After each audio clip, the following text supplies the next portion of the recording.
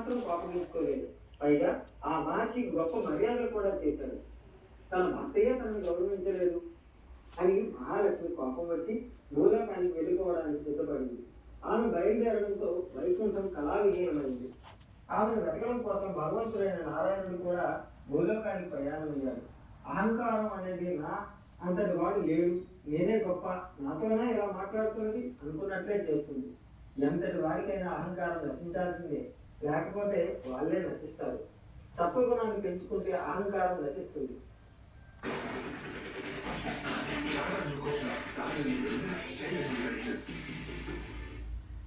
गम के आंसू समझ आते हैं, पर पीने के ना आने पर खुद काम करने के आंसू समझते हैं।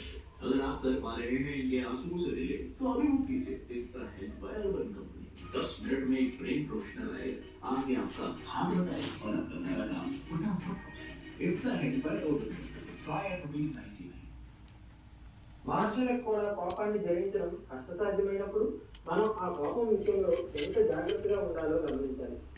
అధికారంతో ఉంటే ఎవరిని గుర్తించలేము అనే విషయాన్ని బ్రహ్మదేవుడు, సుఖాలలో ఆనందంగా ఉన్నప్పుడు పెద్దలను పట్టించుకోకపోవడం జరుగుతుంది అని ఈశ్వరుడు వారు చేసిన పనుల ద్వారా మనకు సూచిస్తున్నారు. అతిథిని గౌరవించడం ప్రధాన కర్తవ్యం.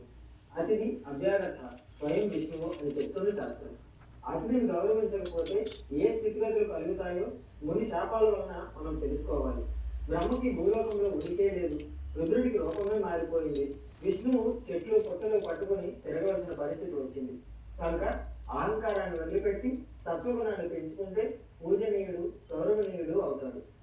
విష్ణువు ముందు మునిని పట్టించుకోకపోయినా తప్పు తెలుసుకొని వినయంతో సేవ చేసి మహర్షి కోపాన్ని తగ్గించి ఆయన అనుగ్రహానికి పాత్రుడైన విషయాన్ని గుర్తించాలి. ఇంతలో భూదేవి పరుగులు పెడుతూ వచ్చింది. దేవ, కలియుగంలో అధర్మం బాగా పెరిగిపోయింది, ఆ పాపభారాన్ని మోయలేకపోతున్నాను, నువ్వు భూలోకంలో అవతరించి నన్ను కాపాడు అంటూ ప్రార్థించింది.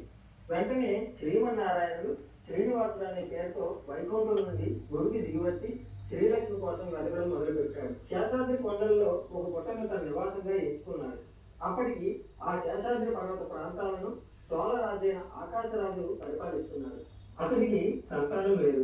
సంతానం కోసం పుత్రకామేష్టి యాగం చేద్దామని సంకల్పం చేసుకుని భూమిని దున్నుతున్నాడు. ఇంతలో నాగలికి ఒక బంగారు పెట్టి తగిలింది. మహారాజు పెట్టి తెచ్చి చూశాడు. అందులో మహాలక్ష్మి కళతో ఉన్న ఒక బాలిక కనిపించింది. ఆమెయే భూలోకానికి దిగివచ్చిన శ్రీ మహాలక్ష్మి. ఆకాశరాజు